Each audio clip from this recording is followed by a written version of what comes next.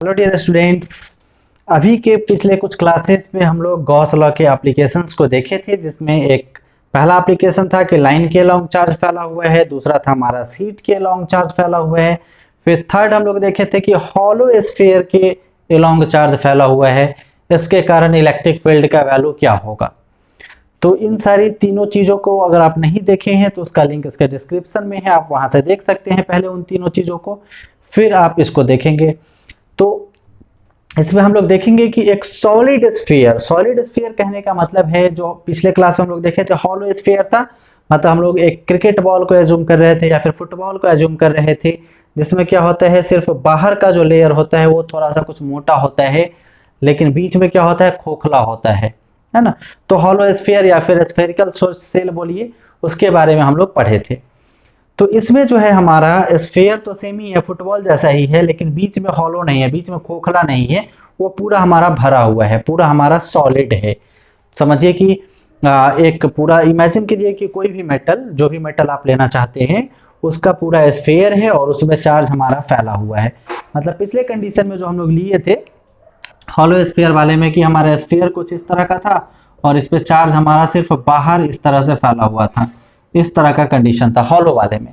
लेकिन इसमें क्या है कि बीच में जो हमारा ये है, बीच में कुछ खाली नहीं है, बीच में भी भरा हुआ है, पूरा भरा हुआ है, और भरा होने के कारण चार्ज जो है सो यूनिफॉर्मली इसमें बाहर डिस्ट्रीब्यूटेड था ये स्फेरिकल सेल पे, और इसमें क्या होगा चार्ज जो है पूरे सरफेस पे फैला हुआ है, चार्ज हमारा पूरे सरफेस पे फैला हुआ रहेगा इस तरह से, है ना। तो इस कंडीशन में हम लोग पढ़ेंगे कि जब इस तरह का एक स्फेरिकल सेल नहीं, हम लोग के पास एक सॉलिड स्फीयर है, तो उस कंडीशन में इलेक्ट्रिक फील्ड का वैल्यू हमारा क्या क्या होगा। फिर तीन कंडीशन हम लोग लेंगे कि जब हमारा आउटसाइड लेंगे तो यहाँ पे हमारा इलेक्ट्रिक फील्ड का वैल्यू क्या होगा, जब हम लोग यहाँ पे लेंगे तो इलेक्ट्रिक फील्ड का वैल्यू क्या होगा, मतलब इसके सरफेस पे, और जब इनसाइड लेंगे तो इलेक्ट्रिक फील्ड का वैल्यू क्या होगा। मतलब स्फेरिकल सेल जैसा ही कंडीशन इसमें भी है, बस थोड़ा सा डिफरेंस ये है इसमें कि इसमें चार्ज पूरे में फैला हुआ है। तो चलिए इसको हम लोग सबसे पहले देखते हैं। सबसे पहले इसको समझने के लिए हम लोग एक फिगर ड्रा कर लेंगे। तो सबसे पहले उम्मीद है कि आप लोग हेडिंग दे दिए होंगे, हेडिंग दे दीजिए फटक से। Electric field due to a solid sphere, sphere यहाँ पे बोर्ड नहीं दिख रहा था क्लियरली, इसलिए हम लोग यहाँ पे स्फीयर लिख लिए, सॉलिड स्फीयर ऑफ चार्ज, है ना।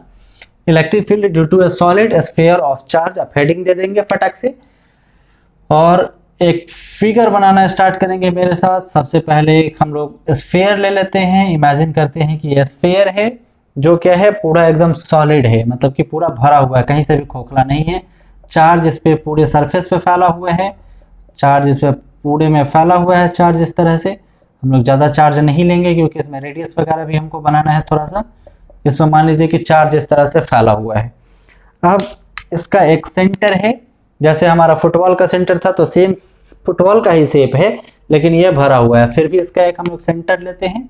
मान लीजिए कि ये सेंटर है, और सेंटर पे जो हमारा है पॉइंट पी है, कुछ पॉइंट पी है और उस पर चार्ज क्यू अवेलेबल है, ठीक है, इस तरह का कंडीशन है। और इसका जो रेडियस है वो रेडियस कुछ आर है, इसका रेडियस इमेजिन कीजिए कि कुछ आर है, और इस कंडीशन में हम लोग को इलेक्ट्रिक फील्ड का वैल्यू फाइंड करना है। पहले इसके सारे कंडीशन को हम लोग लिख लेते हैं इस फिगर को, उसके बाद फिर हम लोग इलेक्ट्रिक फील्ड निकालना स्टार्ट करेंगे। तो सबसे पहले लिखेंगे कंसीडर, मेरे साथ आप लिखना स्टार्ट करेंगे, उम्मीद है कि फिगर आप लोग बना लिए होंगे। Consider one sphere, solid sphere यहाँ पे हम लोग लिखेंगे तो बेटर रहेगा। Consider one solid sphere, solid sphere का मतलब बिल्कुल खोखला नहीं है, solid sphere of radius r, solid sphere of radius r, charge q, हम लोग स्मॉल q ही ले रहे हैं, कैपिटल q भी लेंगे तो कोई प्रॉब्लम नहीं है। Charge q is placed, charge q is placed at the centre, at the centre of, at the centre O आप ले सकते हैं, इसके सेंटर का नाम हम लोग कुछ ओ दे रहे हैं, at the centre O of this sphere, of this. अच्छा, एक चीज आप इसमें देखेंगे कि जो हमारा चार्ज है सिर्फ सेंटर पे नहीं है, चार्ज हमारा पूरे पे फैला हुआ है, इसलिए इस चीज को हम लोग नहीं लिखेंगे। Charge Q is placed at the whole body, charge q is placed at the whole body of sphere, charge q is placed at the whole body of sphere. ये जो हमारा स्फीयर है इसके पूरे बॉडी पे हमारा चार्ज फैला हुआ है। Charge Q is placed at the whole body of sphere, जो हमारा चार्ज क्यू है इसके पूरे बॉडी पे फैला हुआ है। ड्यू टू विच, फिर आगे हम लोग मेंशन करेंगे, due to which we have to find, due to which we have to find electric, we have to find electric field या फिर इलेक्ट्रिक फील्ड इंटेंसिटी बोलिए, दोनों में से कुछ भी लिख सकते हैं, या फिर कहीं कहीं भी आपको फील्ड इंटेंसिटी भी मिलेगा, कहीं कहीं पे इलेक्ट्रिक इंटेंसिटी भी मिलेगा। देखिए electric field intensity, due to which we have to find electric field intensity, और यहाँ पर डैश दे देंगे क्योंकि हम लोग 3 कंडीशन में इसको देख रहे हैं। तो पहला कंडीशन हम लोग देंगे कंडीशन 1, नीचे से हम लोग ले लेते हैं केस 1। केस 1 हमारा क्या है, व्हेन ये जो हमारा अंदर वाला जो रेडियस है इसको आप लोग कैपिटल आर ले लीजिए, थोड़ा सा बेटर रहेगा। अंदर वाला जो हमारा रेडियस है इसको हम लोग कैपिटल आर ले लेंगे, अंदर वाले रेडियस को हम लोग कैपिटल आर ले लेते हैं, तो समझने में थोड़ा सा ज़्यादा सुविधाजनक रहेगा। केस 1 है हमारा when point P, when point P is outside of sphere, जब पॉइंट P हमारा स्फीयर के बाहर है, मान लीजिए कि पॉइंट P जहां पर हमको फाइंड करना है वैल्यू, ये हमारा ओरिजिन है इसका, पॉइंट P जहां पर हमको इलेक्ट्रिक फील्ड का वैल्यू फाइंड करना है ये कहां पे है, आउटसाइड है। इस कंडीशन में क्या होगा, इलेक्ट्रिक फील्ड लाइन ऐसे कुछ हमारा क्रॉस कर रहा होगा, ध्यान से समझेंगे, बिल्कुल पिछला कंडीशन जैसा ही है। इलेक्ट्रिक फील्ड इंटेंसिटी इस पॉइंट P से क्रॉस कर रहा है, ठीक। अब पॉइंट P से हमारा इलेक्ट्रिक फील्ड इंटेंसिटी क्रॉस कर रहा है, तो यहाँ पे हमको क्या करना है, एक गॉसियन सरफेस लेना है, एक गॉसियन सरफेस जहाँ पर हमको इलेक्ट्रिक फील्ड निकालना है, वहां से हमको यहाँ पे थोड़ा मेरे पास जगह नहीं था इसलिए राउंड सही से नहीं हुआ, आप लोग सही से राउंड करेंगे केस 1 के लिए ये फिगर। तो इस कंडीशन में हमारा क्या है कि हम लोग एक गॉसियन सरफेस ले रहे हैं, पॉइंट P से होते हुए गॉसियन सरफेस हम लोग क्यों लेते हैं, बहुत बार हम लोग चर्चा कर चुके हैं, फिर से मैं बता दे रहा हूं। जहां पे हम लोग कूलॉम्स लॉ या फिर सुपरपोजिशन प्रिंसिपल को अप्लाई नहीं कर पाते हैं, वहां पे हम लोग क्या करते हैं, गॉसियन सरफेस को लेते हैं। क्योंकि यहाँ पे हम लोग के पास बहुत ज्यादा संख्या में चार्ज है, इसलिए यहाँ पे हम लोग ना तो कूलॉम्स लॉ अप्लाई कर सकते हैं, ना ही सुपरपोजिशन प्रिंसिपल अप्लाई कर सकते हैं, इसलिए यहाँ पे हम लोग गॉसियन सरफेस ले रहे हैं। ये जो हमारा है ये हमारा क्या है, गॉसियन सरफेस। आप इसको चाहे तो गॉसियन सरफेस मेंशन भी कर सकते हैं, कोई प्रॉब्लम नहीं है, ये हमारा गॉसियन सरफेस है, ठीक है। अब इसमें हम लोग लिखना स्टार्ट करते हैं। Now in this condition we take one Gaussian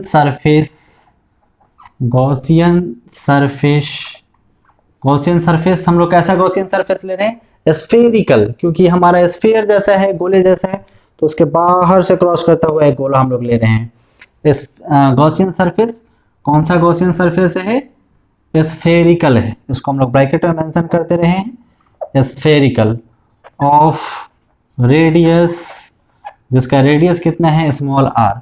इसका जो रेडियस है गॉसियन सरफेस का, इसको हम लोग स्मॉल आर कंसीडर कर रहे हैं, गॉसियन सरफेस ले रहे हैं स्मॉल आर, ठीक है। अब यहाँ जो हमारा गॉसियन सरफेस का जो रेडियस है वो क्या है, बड़ा है, ये जो हमारा सॉलिड स्फीयर का रेडियस है उसकी तुलना में, इसको ब्रैकेट में हम लोग लिख देते हैं, small R is greater than capital R, ठीक।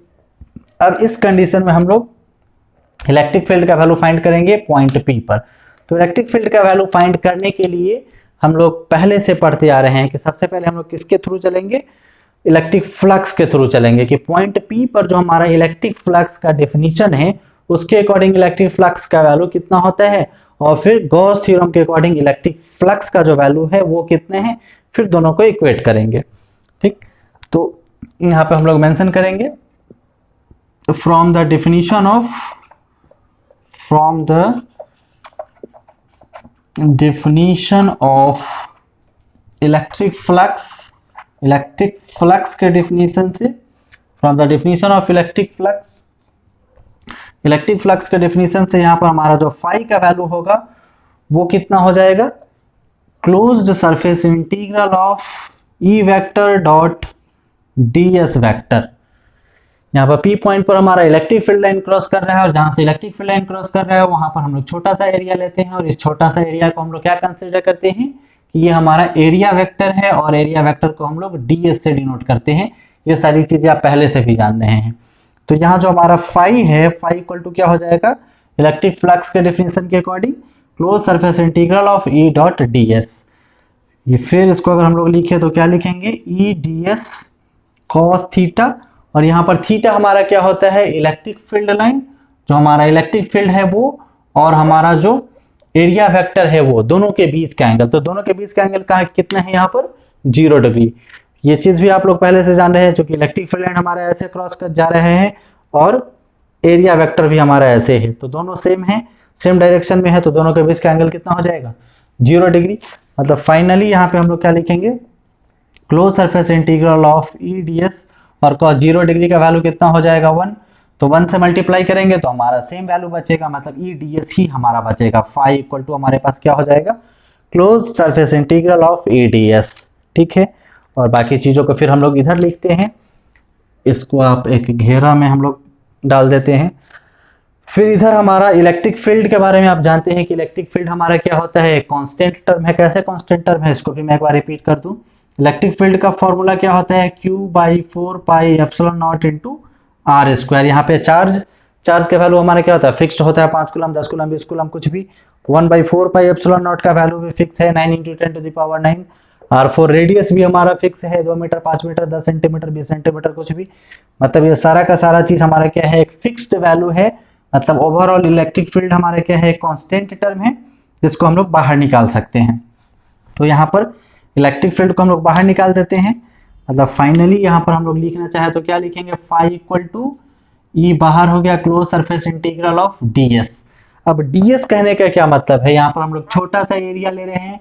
किसका छोटा सा एरिया ले रहे हैं, एक स्फेरिकल पोर्शन है हमारा। किसका स्फेरिकल पोर्शन है, गॉसियन सरफेस जो हम लोग लिए थे उसका।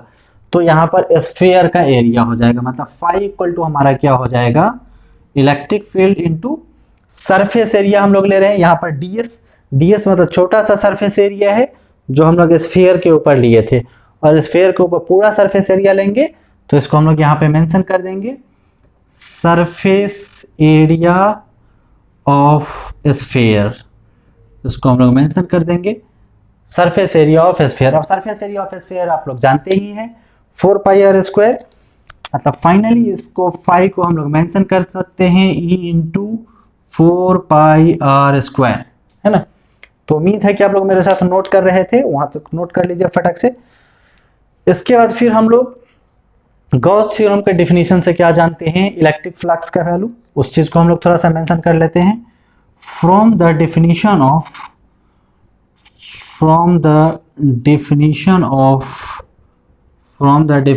Of Gauss law, Gauss law का डेफिनेशन से आप लोग क्या जानते हैं उसको हम लोग थोड़ा सा देख ले। From the definition of Gauss law के डेफिनेशन से जो हमारा इलेक्ट्रिक फ्लक्स होता है, उस इलेक्ट्रिक फ्लक्स का वैल्यू क्या होता है, Q/ε0। फ्लक्स का वैल्यू Q/ε0 होता है। और यहाँ पर जो फ्लक्स का वैल्यू है, इलेक्ट्रिक फ्लक्स का वैल्यू, इलेक्ट्रिक फ्लक्स के डेफिनेशन से E इंटू 4πr² आ रहा है।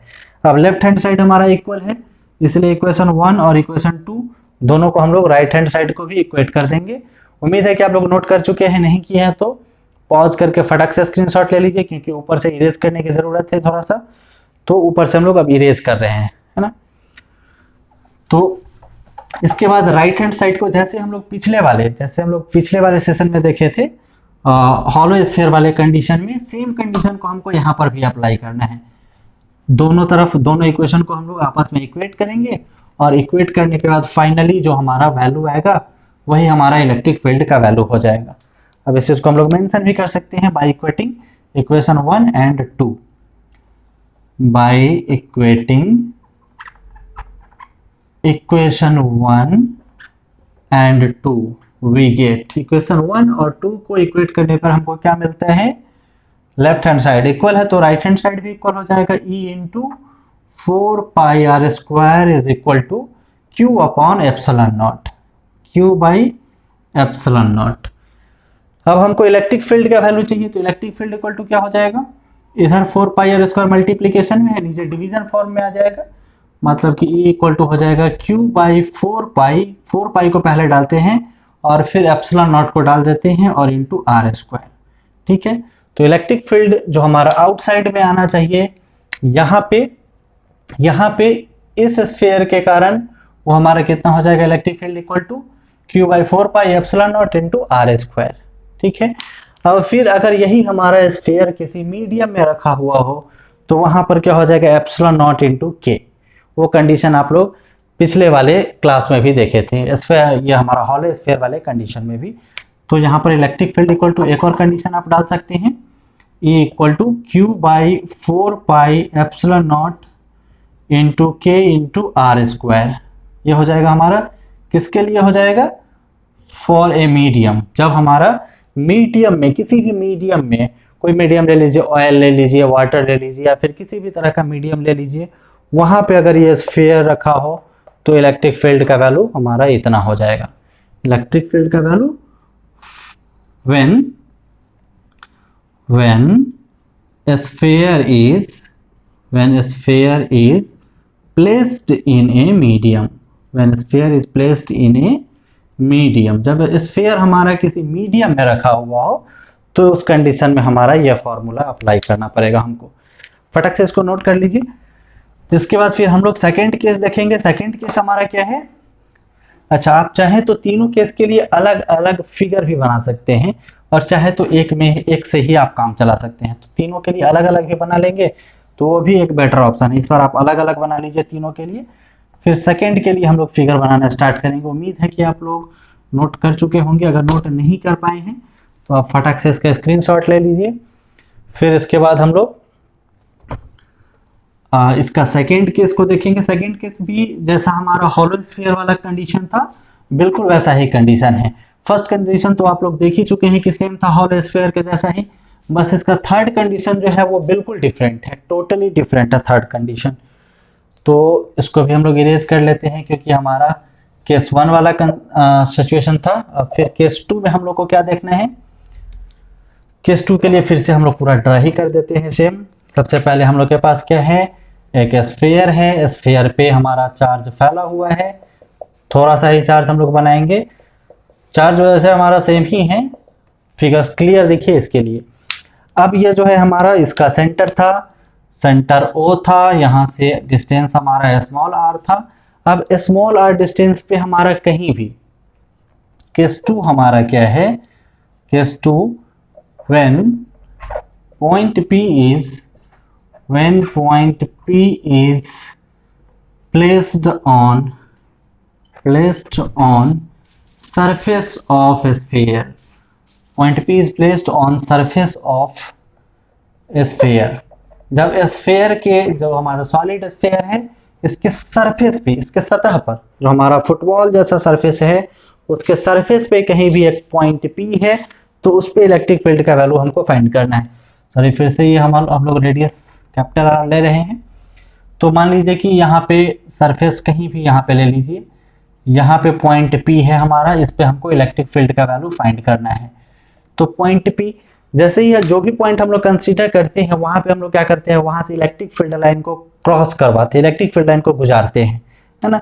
तो पॉइंट P से हमारा क्या होगा, इलेक्ट्रिक फील्ड लाइन कुछ इस तरह से क्रॉस कर रहा होगा और जहां से इलेक्ट्रिक फील्ड लाइन क्रॉस करता है वहां पे क्या होता है, एक छोटा सा एरिया होता है। तो यहाँ पे एक छोटा सा एरिया है और छोटा सा एरिया को हम लोग क्या कहते हैं, ds वेक्टर, है ना। तो यहाँ का छोटा सा एरिया ds है और इलेक्ट्रिक फील्ड E है। अच्छा, अब जो यहाँ पर इलेक्ट्रिक फील्ड का वैल्यू हमको फाइंड करना था, कहाँ पे फाइंड करना था, जो हमारा सॉलिड स्फीयर है उसके आउटर सरफेस पे, है ना। तो इस कंडीशन में जो है हमारा, जो हम लोग गॉसियन सरफेस लेंगे वो हमारा क्या हो जाएगा, जो हमारा सॉलिड स्फीयर है उसका आउटर सरफेस। इसमें हम लोग लिखना स्टार्ट करते हैं, इन दिस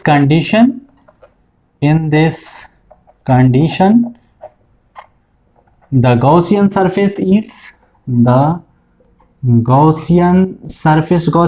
हम लोग फिर क्यों ले रहे हैं, क्योंकि यहाँ पे ना तो कूलम्ब्स लॉ अप्लाई हो सकता है ना ही सुपरपोजिशन प्रिंसिपल, इसीलिए इसके सरफेस पे हम लोग ये जो हमारा सॉलिड स्फीयर का सरफेस है इसी के ऊपर हम लोग गॉसियन सरफेस कंसिडर कर रहे हैं। इन this condition Gaussian surface is the outer surface of solid sphere. ये जो हमारा सॉलिड स्फीयर है इसका जो आउटर सरफेस है वही हमारा इस बार गॉसियन सरफेस है, ठीक है। नाउ अब हम लोग थोड़ा सा कंडीशन को एक्सप्लेन करते हैं। Now the electric field line crosses the point P, show electric flux created. अब हमारा इलेक्ट्रिक फील्ड लाइन यहाँ पे चार्ज है तो इलेक्ट्रिक फील्ड लाइन तो हमारा क्रिएट होगा ही, और इलेक्ट्रिक फील्ड लाइन क्रिएट हो गया जब P पॉइंट से क्रॉस करेगा तो हमारा क्या क्रिएट होगा, इलेक्ट्रिक फ्लक्स क्रिएट होगा। Crosses the point P, so electric flux created is, यहाँ जो इलेक्ट्रिक फ्लक्स हमारा क्रिएट हो रहा है उसको हम लोग किस चीज से डिनोट करते हैं, फाई से। अब इलेक्ट्रिक फ्लक्स के डेफिनेशन से हम लोग देखें तो फाई इक्वल टू क्या होता है, closed surface integral of E vector dot ds vector, इस तरह का कंडीशन हम लोग जानते हैं, ठीक। अब यहाँ जो है हमारा फिर से हम लोग ई ds cos 0 डिग्री करेंगे। यहाँ पे मैं नीचे नहीं लिख के आगे बढ़ा देता हूँ क्योंकि पेज बचेगा, आप लोग नीचे लिखेंगे थोड़ा सा, तो क्लोज सरफेस इंटीग्रल ऑफ क्या हो जाएगा, ई ds cos 0 डिग्री, है ना।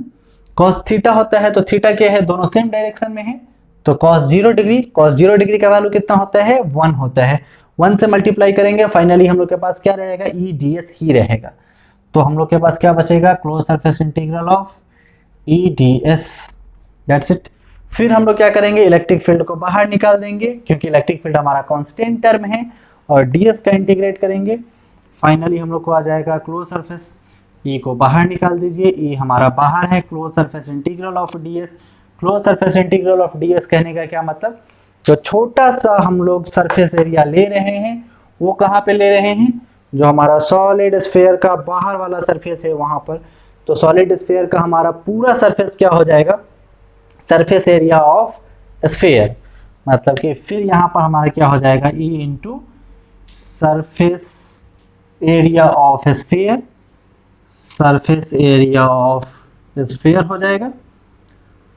अब ई का जो वैल्यू है वो हम लोग ई ही रहने देंगे, और सरफेस एरिया ऑफ स्फीयर आपको पता ही है 4 पाई आर स्क्वायर होता है, और आर यहाँ पे कितना है, कैपिटल आर, है ना, तो 4 पाई आर स्क्वायर, ठीक है। Electric field into 4 pi R square, ये हमारा इलेक्ट्रिक फ्लक्स के अकॉर्डिंग फाई का वैल्यू आ गया। अच्छा, अब फिर हम लोग गॉस थ्योरम को थोड़ा सा ध्यान में लाते हैं। गॉस थ्योरम के अकॉर्डिंग फाई का वैल्यू क्या होता है, इतना बार ये रिपीट हो रहा है ये सारी चीजें कि आप लोग को मतलब कि पूरा टोटली याद हो जाना चाहिए। From the definition of Gauss law, Gauss law का डिफिनीशन से हम लोग क्या जानते हैं, इलेक्ट्रिक फ्लक्स फाई का जो वैल्यू होता है वो क्या होता है, Q अपॉन एप्सिलॉन नॉट। इसको इक्वेशन 1 कंसिडर कीजिए, इसको इक्वेशन 2 कंसिडर कीजिए। अब हम लोग इस बार लेफ्ट साइड का एक घेरा लगा लेते हैं, यहाँ पे हम लोग डालेंगे फिर, तो दोनों तरफ इक्वेशन 1 और 2 दोनों को अगर हम लोग इक्वेट करें by equating equation 1 and 2, equation 1 और 2 को हम लोग बराबर करें तो क्या हम लोग को मिलते हैं, E into 4 pi R square is equal to Q upon epsilon naught. अब फाइनली इलेक्ट्रिक फील्ड हमको फाइंड करना है, इसको हम लोग इधर ही रखते हैं, तो हमारा इलेक्ट्रिक फील्ड इक्वल टू क्या हो जाएगा, Q हमारा ऊपर है divided by 4 pi R square, नीचे आके एप्सिलॉन नॉट में मल्टीप्लाई हो जाएगा, मतलब 4 pi epsilon naught into R square. ये हमारे इलेक्ट्रिक फील्ड का वैल्यू इतना आ जाएगा, Q by 4 pi epsilon naught into R square. यही हमारा फाइनल फॉर्मूला हो जाएगा। जो इलेक्ट्रिक फील्ड का वैल्यू हमको फाइंड करना था, कहाँ पे फाइंड करना था, जो हमारा सॉलिड स्फीयर है उसके सरफेस पे। ऑब्जेक्टिव क्वेश्चन में इस तरह का क्वेश्चन आ सकते हैं कि जो हमारा सॉलिड स्फीयर हो, पिछला क्वेश्चन में हम लोग स्फेरिकल सेल के बारे में या फिर हॉलो स्फीयर के बारे में डिस्कस कर रहे थे, तो सर सॉलिड स्फीयर के बारे में कर रहे हैं। तो सॉलिड स्फीयर के सरफेस पे इलेक्ट्रिक फील्ड का वैल्यू क्या होगा, तो सॉलिड स्फीयर के जो हमारा स्फीयर पे हम लोग इलेक्ट्रिक फील्ड का वैल्यू फाइंड करें तो इतना आ जाएगा Q/4πε0 कैपिटल R स्क्वायर। इसको आप फटाक से पॉज करके स्क्रीनशॉट ले लीजिए, या फिर आप उम्मीद है कि नोट कर ही चुके होंगे। इसके बाद हम लोग केस 3 को देखेंगे, जो केस 3 इसका बहुत ज़्यादा इंपॉर्टेंट है। केस 1 और केस 2 तो समझिए हमारा रिपीट हो रहा था, एक तरह से रिपीट ही हो रहा था। किसका रिपीट हो रहा था, हॉलो स्फीयर का। हॉलो स्फीयर में जो कंडीशन हम लोग पढ़े थे केस 1 और केस 2 सेम, इसका भी केस 1 और केस 2 बिल्कुल वैसा ही था। अब इसका केस 3 जो है बहुत डिफरेंट है, टोटली डिफरेंट है, वो बहुत ज़्यादा इंपॉर्टेंट है। उसको आप थोड़ा ज़्यादा बेहतर ढंग से ध्यान से समझेंगे, क्योंकि उस तरह की चीज़ें आप लोग को अभी तक नहीं मिली थी। तो फटाक से एक बार फिर से हम लोग स्फीयर बना लेंगे। एक स्फीयर बना लीजिए फिगर 3 बनाने के लिए। एक स्फीयर हम लोग ले लेते हैं, बिल्कुल सेम पिछले जैसा।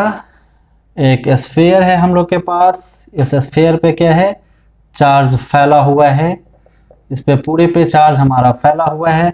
मेरा पूरा परफेक्ट नहीं बना है, आप लोग कोशिश करेंगे परफेक्ट बनाने का। इस स्फीयर पे हमारा चार्ज कुछ इस तरह से फैला हुआ है, ठीक है। अब चार्ज फैला हुआ है और पॉइंट P इस बार कहाँ पे है, जहाँ पे हमको इलेक्ट्रिक फील्ड फाइंड करना है, अंदर है कहीं पे।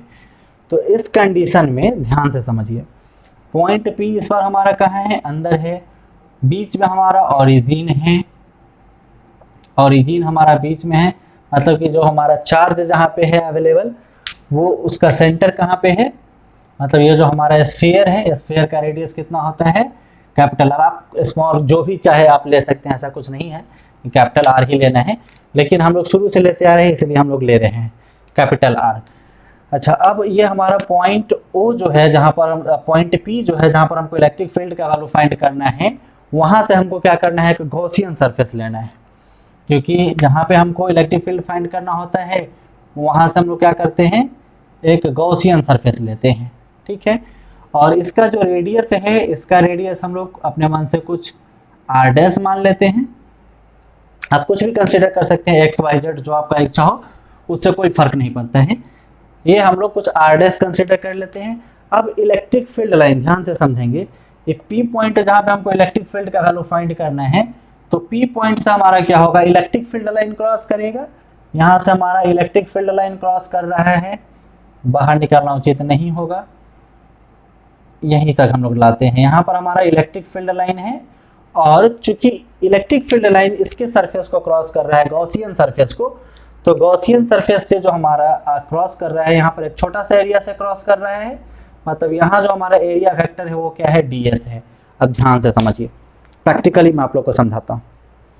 एक स्फीयर है, सॉलिड स्फीयर, फुटबॉल को इमेजिन कीजिए, फुटबॉल हमारा सॉलिड स्फीयर है, उसके अंदर सपोज कीजिए फुटबॉल के अंदर वो हमारा भरा हुआ है, मतलब कि बिल्कुल भी खाली नहीं है, भरा हुआ है। मान लीजिए कि हम लोग कॉपर का ले रहे हैं स्फीयर, तो कॉपर से पूरा भरा हुआ है, तांबा से। तो थोड़ा सा अंदर हम लोग आते हैं, मान लीजिए कि इतना अंदर, फुटबॉल के इतना अंदर हम लोग आते हैं, और इतना अंदर आने के बाद कहीं पे एक P पॉइंट है, जहाँ पर हमको इलेक्ट्रिक फील्ड का वैल्यू फाइंड करना है। तो जहाँ पर भी इलेक्ट्रिक फील्ड का वैल्यू हमको फाइंड करना है, सबसे पहले हम लोग क्या करेंगे, वहाँ पर एक गॉसियन सरफेस लेंगे। क्यों लेंगे, क्योंकि यहाँ पे हमारा चार्ज का संख्या बहुत ज़्यादा है, और चार्ज का संख्या जहाँ पे बहुत ज़्यादा हो, वहाँ पे ना तो हम लोग कूलम्ब्स लॉ अप्लाई कर सकते हैं, ना ही सुपरपोजिशन प्रिंसिपल अप्लाई कर सकते हैं। इसलिए P पॉइंट पर जहाँ पर हमको इलेक्ट्रिक फील्ड का वैल्यू फाइंड करना था, वहाँ से हम लोग एक गॉसियन सरफेस ले रहे हैं। गॉसियन सरफेस कैसा होगा, रिमाइंड कीजिए, एक स्फीयर था, तो ये भी हमारा जो गॉसियन सरफेस होगा वो भी कैसा होगा, स्फेरिकल ही होगा। अच्छा, अब स्फेरिकल होगा तो यहाँ पे एक कॉन्सेप्ट आपको थोड़ा सा डिफरेंट दिखाई देगा। वो क्या दिखाई देगा, कि गॉसियन सरफेस के अंदर जो हमारा चार्ज है वो चार्ज कम है, इसके अलावा कुछ चार्ज हमारा बाहर भी है, इसके अलावा कुछ चार्ज हमारा क्या है, बाहर भी है। मतलब पहले जो चार्ज हम लोग कंसीडर कर रहे थे, इस स्फीयर के अंदर टोटल चार्ज कितना था, Q था, लेकिन इस बार इस स्फीयर के अंदर जो चार्ज है वो Q नहीं है, इस बार हम लोग कुछ अलग चार्ज है, मतलब Q से थोड़ा सा क्या होगा, कम ही होगा, क्योंकि और चार्ज तो हमारा बाहर है गॉसियन सरफेस के, है ना। क्योंकि वो चार्ज जो है उस पूरे सरफेस पे यूनिफॉर्मली डिस्ट्रीब्यूटेड है, मतलब यूनिफॉर्मली एक समान एक रूप में फैला हुआ है। समझ रहे हैं कंडीशन को। तो यहाँ जो हमारा चार्ज है उसको हम लोग कुछ क्यू डैश और इसका जो रेडियस है उसको हम लोग कुछ आर डैश या फिर आर भी ले लीजिएगा तो कुछ फर्क नहीं पड़ता है। बस हम लोग को इंडिकेट कर देना है कि आर जो है वो इस कैपिटल आर से छोटा है। ठीक, अब इस कंडीशन में जो है अब इसका सारा सिचुएशन हम लोग मेंशन करते हैं स्टेटमेंट में। केस 3 सबसे पहले हम लोग डालेंगे। केस 3 हमारा क्या है, point P is inside the hollow sphere। जो हम सॉरी hollow sphere नहीं, solid sphere, ये जो हमारा solid sphere है इसके अंदर है पॉइंट P। ठीक, point P is inside the solid sphere, solid sphere के अंदर है कहीं भी पॉइंट P। अब इसके बारे में हम लोग लिखना चालू करेंगे। इन दिस केस या फिर इन दिस कंडीशन, जो भी आप लिखना चाहें। in this condition Gaussian surface is spherical. Gaussian surface is spherical, passing through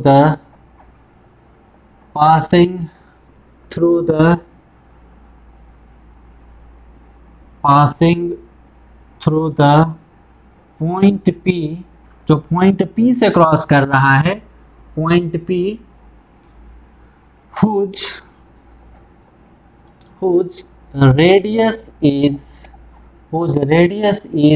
इसका रेडियस हम लोग कितना ले रहे हैं, स्मॉल r ले रहे हैं। whose radius is r, और यहाँ जो है r is less than capital R है।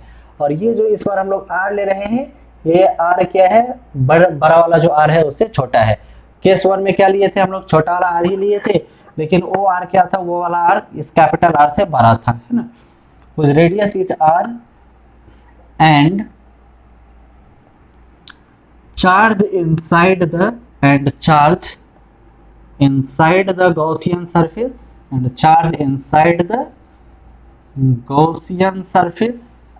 और Gaussian surface के अंदर जो चार्ज है, charge inside the Gaussian surface is Q dash.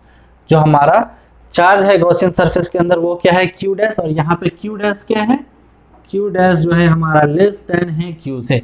मतलब जो हमारा टोटल चार्ज है इस स्फीयर पे वो कितना है, Q है, और Gaussian surface के अंदर जो चार्ज है वो क्या है, Q डैश है, जो हमारा कम होगा इस चार्ज की तुलना में। ठीक है, अब हम लोग फिर से कंडीशन को देखते हैं। अब इसके अंदर जो चार्ज है, ये चार्ज के कारण क्या होगा, इलेक्ट्रिक फील्ड लाइन निकलेगा, और इलेक्ट्रिक फील्ड लाइन क्या करेगा, इस गॉसियन सरफेस को क्रॉस करेगा। अब इलेक्ट्रिक फील्ड लाइन जब गॉसियन सरफेस को क्रॉस करेगा, तो हम लोग क्या जानते हैं, जब इलेक्ट्रिक फील्ड लाइन किसी भी सरफेस को क्रॉस करती है तो क्या होता है, इलेक्ट्रिक फ्लक्स क्रिएट होता है।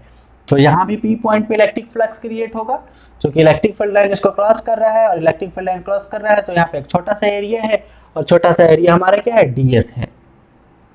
हम लोग मेंशन करेंगे इस चीज को। Since electric field line is passing through, कहां से पास कर रहा है, passing through point P of Gaussian surface के पॉइंट P से क्रॉस कर रहा है, passing through point P of Gaussian surface.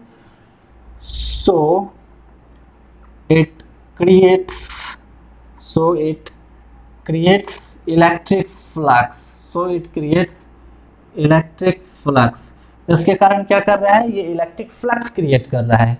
जो इलेक्ट्रिक फ्लक्स का वैल्यू कितना होगा, फाई इक्वल टू कितना हो जाएगा, हम लोग पहले से जान रहे हैं, क्लोज सरफेस इंटीग्रल ऑफ, यहाँ पे इलेक्ट्रिक फ्लक्स का वैल्यू EdS cos थीटा। अब cos थीटा का वैल्यू हमारा cos 0 डिग्री है, तो हम लोग इस चीज को मेंशन नहीं करेंगे, डायरेक्ट आप EdS भी लिख सकते हैं, है ना। तो यहाँ पे हम लोग छोड़ देते हैं, या फिर E vector dot ds vector कर ही दीजिए, स्टेप को हम लोग नहीं घटाते हैं। Close surface integral of EdS cos theta है, तो cos थीटा का मतलब 0 डिग्री, तो हमारा क्या हो जाएगा, closed surface integral of EdS phi equal to क्या हो जाएगा, closed surface integral of EdS। अब इस कंडीशन में जो है हमारा इलेक्ट्रिक फील्ड का जो हमारा वैल्यू है वो कांस्टेंट है, बाहर आ जाएगा तो अंदर क्या बचेगा, क्लोज सरफेस इंटीग्रल ऑफ सिर्फ ds। ds यहाँ पर क्या है, सरफेस एरिया ऑफ क्या है, गॉसियन सरफेस। अब गॉसियन सरफेस के लिए रेडियस हमारा क्या है, हम लोग स्मॉल r कुछ कंसीडर किए हैं, तो इस कंडीशन को हम लोग मेंशन कर देते हैं। इस बाकी पोर्शन में यहाँ पर फाई इक्वल टू हमारा e into close surface integral of ds है, तो हमारा e फाई इक्वल टू क्या हो जाएगा, e into close surface integral of ds मतलब surface area of sphere, surface area of Gaussian surface. ये जो गॉसियन सरफेस है इसका हम लोग सरफेस एरिया ले रहे हैं, मतलब वो भी गॉसियन सरफेस हमारा क्या है, स्फेरिकल ही है, लेकिन इसका रेडियस क्या है, स्मॉल r है। तो e इंटू क्या हो जाएगा, 4 पाई r स्क्वायर। यहाँ जो फाई का वैल्यू है वो क्या हो गया, e इंटू 4 पाई r स्क्वायर। ठीक है, अच्छा अब इसके बाद हम लोग क्या जान रहे हैं, according to Gauss theorem. Gauss theorem के अकॉर्डिंग हमारा क्या होता है, phi equal to q upon epsilon naught होता है ना। तो इस चीज को भी हम लोग मेंशन कर लेते हैं। अकॉर्डिंग टू गॉस थ्योरम हम लोग क्या जानते हैं, according to Gauss theorem phi is equal to q upon epsilon naught होता है, q अपॉन एप्सिलॉन नॉट होता है। लेकिन यहाँ पर हम लोग के पास चार्ज का वैल्यू कितना है, चार्ज हम लोग यहाँ पर q डैश लिए हैं, चार्ज का वैल्यू हमारे पास क्या है, q डैश है, मतलब phi is equal to q dash by epsilon naught. फिर इस इक्वेशन 1 और 2 को हम लोग आपस में इक्वेट करेंगे। यहाँ तक आप फटक से, उम्मीद है कि नोट किए होंगे, नहीं किए होंगे तो पॉज करके स्क्रीनशॉट ले लीजिए। इसके बाद फिर हम लोग आगे के सिचुएशन को देखते हैं, आगे हमारा क्या होगा। तो ऊपर से मैं थोड़ा सा इरेज कर रहा हूँ, और इरेज करने के बाद जो है बाकी के कंडीशन को हम लोग देखेंगे। तो बाकी के कंडीशन में हमारा क्या आएगा, फिर हम लोग इक्वेशन 1 और 2 दोनों को आपस में इक्वेट करेंगे by equating equation 1 and 2। Equation 1 और 2 को इक्वेट करने पर हम लोग को क्या मिलेगा, लेफ्ट साइड तो हमारा फाई है, राइट साइड हमारे पास क्या है, e इंटू 4 पाई r स्क्वायर है, और राइट साइड में क्या है, q अपॉन एप्सिलॉन नॉट है। ठीक है, फिर इस सॉरी राइट साइड में हमारे पास q डैश है, q dash by epsilon not. तो इस कंडीशन में जो हमारा e का वैल्यू है, e इक्वल टू क्या हो जाएगा, q dash by 4 pi epsilon naught into r square. अच्छा अब कंडीशन को समझिए, हम लोग इसमें तो कितना चार्ज है उसको हम लोग नहीं जानते हैं, उसको हम लोग मान लिए हैं कि इसमें q डैश चार्ज है, लेकिन इस गॉसियन सरफेस के अंदर एग्जैक्ट कितना चार्ज है, बाहर कितना चार्ज है, उसको हम लोग नहीं जानते हैं। तो हम लोग को जब भी यहाँ पर लिखना चाहिए इलेक्ट्रिक फील्ड का वैल्यू, वो किसके रिस्पेक्ट में लिखना चाहिए, टोटल चार्ज के रिस्पेक्ट में लिखना चाहिए। तो उसको हमको कहीं ना कहीं ये चीज लिखना है। तो यहाँ पर एक चीज हम लोग थोड़ा सा ध्यान में लाते हैं, हम लोग पढ़े थे वॉल्यूम चार्ज डेंसिटी। तो वॉल्यूम चार्ज डेंसिटी को हम लोग किस चीज से डिनोट करते हैं, रो से। वॉल्यूम चार्ज डेंसिटी को हम लोग रो से डिनोट करते हैं, और ये होता क्या है, वॉल्यूम चार्ज डेंसिटी जो है वो होता है चार्ज अपॉन वॉल्यूम। तो इस कंडीशन में अगर हम लोग देखें, इस वाले कंडीशन में हमारा जो चार्ज है वो चार्ज का वैल्यू क्या है, q डैश, मतलब रो इक्वल टू क्या हो जाएगा, q dash divided by volume v। ठीक है, इस कंडीशन में अगर हम लोग देखें तो पूरे को मैं थोड़ा सा इरेज कर रहा हूँ क्योंकि बोर्ड की ज़्यादा ज़रूरत है, यहाँ तक आप लोग फटाक से नोट करते रहिए। तो इसके नीचे ही हम लोग देखते हैं, यहाँ पे रो का जो हमारा वैल्यू है, रो इक्वल टू क्या हो जाएगा, q डैश अपॉन v। इस चीज़ को उम्मीद है कि आप लोग समझ रहे हैं। तो q डैश इक्वल टू अगर हम लोग लिखना चाहे तो q डैश इक्वल टू क्या हो जाएगा, रो इंटू v। v मतलब क्या होता है, हमारा वॉल्यूम। इस चीज को मैं यहाँ पर एक बार मेंशन कर ही दूं, इसके ब्रैकेट में सरफेस, हो सकता है आप लोग को बाद में समझने में प्रॉब्लम हो, सरफेस चार्ज डेंसिटी, जिसको हम लोग किस चीज से डिनोट करते हैं, रो से डिनोट करते हैं। Rho is equal to q dash by v। q dash हमारा क्या है, चार्ज, और v हमारा क्या है, वॉल्यूम, चार्ज अपॉन वॉल्यूम। इसी का हम लोग यूज कर रहे हैं यहाँ पे, है ना। मतलब rho equal to Q dash upon V, तो Q dash is equal to rho into V. फिर हमारा यहाँ पर रो इंटू वी, और वी फॉर हमारा क्या होता है, वॉल्यूम। तो इसका वॉल्यूम अगर हम लोग देखें, क्यू डैश मतलब सरफेस चार्ज डेंसिटी जो हम लोग देख रहे हैं, किसका देख रहे हैं, ये छोटा वाला जो हमारा सरफेस है, गॉसियन सरफेस का देख रहे हैं। तो क्या हो जाएगा, रो इंटू वॉल्यूम का, सॉरी स्फीयर का वॉल्यूम क्या होता है, 4/3 pi R cube, 4/3 pi are. और यहाँ पे हमारा छोटा वाला आर था, इसलिए हम लोग छोटा वाला आर ले रहे हैं, और क्यू, मतलब कि क्यू डैश के बदले अगर हम लोग चाहे तो इस चीज को भी यहाँ पे हम लोग पुट कर सकते हैं। इसको हम लोग कुछ इक्वेशन 3 मान लेते हैं, इक्वेशन इसको हम लोग 3 मान लेते हैं, 3 मान लीजिए। फिर हम लोग क्या डालते हैं, put the value of Q dash in equation 3। अब क्यू डैश का जो वैल्यू है, इसको हम लोग क्या करेंगे, इक्वेशन 3 में डाल देंगे। इक्वेशन 3 में वैल्यू डालते हैं तो कितना मिलेगा हम लोग को, electric field is equal to rho into 4/3 pi R Q, और total is divided by 4 pi epsilon naught into R square. ठीक है। अच्छा, अब एक चीज हम लोग को और वेरी केयरफुली समझना है, बहुत ध्यान से। ये जो सरफेस चार्ज डेंसिटी है, ये सरफेस चार्ज डेंसिटी हम लोग किसके लिए फाइंड किए हैं, इसके लिए फाइंड किए हैं। और हम लोग जान रहे हैं कि इस स्फीयर पे चार्ज जो है हमारा हर जगह इक्वली यूनिफॉर्मली फैला हुआ है। तो जितना सरफेस चार्ज डेंसिटी यहाँ पे होगा, यहाँ पे होगा, यहाँ पे होगा, उतना ही यहाँ पे भी होगा, यहाँ पे भी होगा, यहाँ पे भी होगा, यहाँ पे भी होगा। मतलब सरफेस, ये जो हमारा वॉल्यूम चार्ज डेंसिटी है, पूरे स्फीयर पे हर जगह इक्वल ही होगा। क्लियर है ये चीज। तो वॉल्यूम चार्ज डेंसिटी जो है हमारा सारे जगह इक्वल ही होगा, मतलब रो का जो वैल्यू है वो क्या है, सारे जगह इक्वल ही होगा। ठीक है। तो फिर से आप लोग थोड़ा सा पॉज करके स्क्रीनशॉट ले लेंगे या फिर नोट कर लिए होंगे तो बहुत अच्छी बात, क्योंकि हम लोग ऊपर से थोड़ा सा फिर से इरेज करेंगे, ऊपर से मिटाने की जरूरत है क्योंकि नीचे स्पेस नहीं है। तो फिर से इसको हम लोग थोड़ा सा और मिटाएंगे। थोड़ा सा और मिटाने के बाद इसके इक्वेशन को एक बार फिर से हम लोग देखते हैं। यहाँ पे जो हमारा रो है, इस रो को अगर इस पूरे स्फीयर के टर्म में हम लोग लिखना चाहे, पूरा जो सॉलिड स्फीयर है उसके टर्म में हम लोग लिखना चाहे तो क्या हो जाएगा, सर इसको हम लोग मेंशन कर देते हैं, surface charge density for the mean solid sphere, for the mean solid sphere जो हमारा प्रमुख सॉलिड स्फीयर है उसके लिए हम लोग बात कर रहे हैं। मेन सॉलिड स्फीयर का जो हमारा रो है, सरफेस चार्ज डेंसिटी, वो रो इक्वल टू क्या होता है, चार्ज अपॉन वॉल्यूम होता है। तो इसके अंदर ये जो हमारा मेन जो हमारा स्फीयर है, इसके अंदर चार्ज कितना था, Q। जो हमारा मेन स्फीयर है इसके अंदर चार्ज का वैल्यू कितना था, Q। तो इसके लिए हम लोग बात करें तो Q अपॉन V हो जाएगा। ठीक है। वॉल्यूम जो भी इसका बड़ा वाला का वॉल्यूम होगा वो वॉल्यूम, मतलब कि ब्रैकेट में हम लोग डाल भी देते हैं, चार्ज अपॉन वॉल्यूम, है ना। मतलब कि सरफेस चार्ज डेंसिटी नहीं, वॉल्यूम चार्ज डेंसिटी, यह गलती से हो गया। वॉल्यूम चार्ज डेंसिटी हम लोग देख रहे हैं, मतलब स्फीयर है तो उसका वॉल्यूम ही होगा ना। मतलब जब हमारा सरफेस होता है तो सरफेस चार्ज डेंसिटी होता, लाइन होता है तो लीनियर चार्ज डेंसिटी है।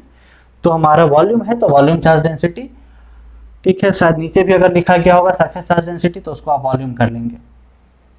तो वॉल्यूम चार्ज डेंसिटी हमारा रो इक्वल टू क्या हो जाएगा, चार्ज अपॉन वॉल्यूम। तो यहाँ जो है हमारा, अगर इस पूरे बड़ा सा सॉलिड स्फीयर के बारे में बात करें तो रो इक्वल टू क्या हो जाएगा, चार्ज का इसका वैल्यू Q है, और वॉल्यूम अगर देखें इस पूरे बड़े वाले स्फीयर का, तो बड़ा वाले स्फीयर का वॉल्यूम, स्फीयर का तो वॉल्यूम का फॉर्मूला सेम होता है, क्या होता है, 4/3 पाई आर क्यूब, पाई और आर यहाँ पे कितना है, रेडियस कैपिटल आर है तो कैपिटल आर क्यूब। अब जो है ये रो का जो वैल्यू है इसको हमको यहाँ पे डालना है। इसको हम लोग कौन सा इक्वेशन मान ले, इक्वेशन 4। ठीक है। तो फिर हम लोग क्या करेंगे, पुट द वैल्यू ऑफ रो, इस रो का जो वैल्यू है इसको हम लोग कहाँ डालेंगे, यहाँ पे इक्वेशन 4 में, यहाँ पे हम लोग रो का वैल्यू डालेंगे। पुट द वैल्यू ऑफ रो, रो आप थोड़ा सा पी जैसा तिरछा सा लिखेंगे, इन इक्वेशन 4। रो का जो वैल्यू है इसको हम लोग इक्वेशन 4 में डालते हैं। अच्छा, इसको हम लोग थोड़ा सा रहने देते हैं अभी। यहाँ पे हमारा रो है, यहाँ पे 4 है ना। तो यहाँ पे अगर हम लोग डालें तो उस कंडीशन में रो इक्वल टू हमारा क्या हो जाएगा, रो इक्वल टू, देखिए थोड़ा सॉरी, रो इक्वल टू नहीं, ई इक्वल टू हमारा क्या हो जाएगा, रो इंटू 4/3 पाई आर क्यू है। तो रो के बदले में क्या है हम लोग के पास, Q/4 pi epsilon naught into R cube है। मतलब Q हमारा ऊपर रहेगा और 4/3 पाई आर क्यू हमारा नीचे आ जाएगा, है ना। तो इसको हम लोग लिखेंगे, तो Q हमारा ऊपर होगा और इंटू 4 पाई आर क्यू है, into 4/3 pi R cube, 4/3 pi R cube. 4/3 pi R cube already हमारा ऊपर है, इसको ऊपर ही रहने देंगे, और रो के बदले में हमारा Q और divided by 4/3 pi R cube नीचे आ जाएगा, डिवाइडेड बाई 4/3 पाई आर, यहाँ पर कैपिटल आर है, इसको हम लोग लिख रहे हैं 4/3 पाई आर क्यू, और नीचे हम लोग के पास क्या है, 4 pi epsilon naught into R cube, into 4 pi epsilon naught into R cube. अब ध्यान से समझेंगे, ये थोड़ा सा कॉन्सेप्चुअल चीज है। 4/3 से हमारा 4/3 कैंसिल हो जाएगा, पाई से हमारा पाई कैंसिल हो जाएगा, और कुछ कैंसिल हो रहा है, नहीं हो रहा है। आर क्यू से आर क्यू को आप कैंसिल कर सकते हैं, सॉरी आर क्यू से आर क्यू कैंसिल नहीं होगा, क्योंकि यहाँ पे हम लोग के पास आर स्क्वायर ही है। तो यहाँ पे हम लोग आर स्क्वायर है, तो आर स्क्वायर को अगर हम लोग इससे कैंसिल करना चाहे तो आर टाइम्स में ये कैंसिल हो जाएगा। मतलब कि इसको आप चाहे तो आर स्क्वायर को यहाँ पे आर टाइम्स में आप कैंसिल कर सकते हैं, ठीक है। सबसे पहले Q, ये जो हमारा रो का वैल्यू है, रो का वैल्यू क्या हो जाएगा, Q/4/3 पाई आर क्यू, मतलब ये पोर्शन हो गया रो के बदले, फिर into 4/3 pi R cube, 4/3 pi R Q, और डिवाइडेड बाई ये totally 4 pi epsilon naught into R square, 4 pi epsilon naught into R square है, 4/3 से 4/3, पाई से पाई कैंसिल, और ये जो आर क्यू है आर स्क्वायर से आर टाइम्स में कैंसिल, और फाइनली जो भी वैल्यू आ रहे हैं उसको हम लोग अब नोट डाउन करते हैं। तो E इक्वल टू हमारा क्या हो जाएगा finally, Q into R by 4 pi epsilon naught, 4 pi epsilon naught into capital R cube. मतलब इस बार जो इलेक्ट्रिक फील्ड का वैल्यू है केस 3 में, वो हमारा क्या आ रहा है, Q into R by 4 pi epsilon naught into R cube. यह बहुत ही कॉन्सेप्चुअल चीज है, और इकलौता ऐसा चीज है जो औरों से डिफरेंट है। ये आपके ऑब्जेक्टिव क्वेश्चन में पूछ सकते हैं, जहां पे आप कंफ्यूज हो सकते हैं। ऑब्जेक्टिव क्वेश्चन में शायद 1-2 बार ये पूछा भी है आपके बोर्ड एग्जाम में। इस तरह से पूछेगा कि हम लोग के पास एक सॉलिड स्फीयर है, सॉलिड स्फीयर के अंदर इलेक्ट्रिक फील्ड का वैल्यू कितना होगा, तो कितना होगा, Q into R by 4 pi epsilon naught into R Q. और वो भी पूछ दे, इसमें तो मीडियम होने का कोई चांस है ही नहीं, क्योंकि मीडियम ऑलरेडी अंदर है, ये हमारा अंदर वाला पोर्शन है। तो यही हमारा फाइनल वैल्यू हो जाएगा, Q into R by 4 pi epsilon naught into R cube. ये बहुत इंपॉर्टेंट फॉर्मूला है, इसको फटाक से नोट कर लीजिए। इंपॉर्टेंट इसलिए है क्योंकि ये औरों से डिफरेंट है, तो इसके पूछे जाने का चांसेस थोड़ा सा ज्यादा होता है। तो उम्मीद है कि आप लोग नोट कर चुके होंगे, अगर नहीं किए हैं तो पॉज करके फटाक से स्क्रीनशॉट ले लीजिए। आज के सेशन में हम लोग इतना ही रहने देते हैं, और फिर हम लोग बाकी का जो पोर्शन है, जो हमारा 1-2 और बचा हुआ है इसका एप्लीकेशन, उसको हम लोग नेक्स्ट क्लास में देखेंगे। तो तब तक आप लोग अपना ख्याल रखिएगा, अच्छे से रहिएगा। हम लोग मिलते हैं फिर नेक्स्ट क्लास में, तब तक के लिए बाय बाय।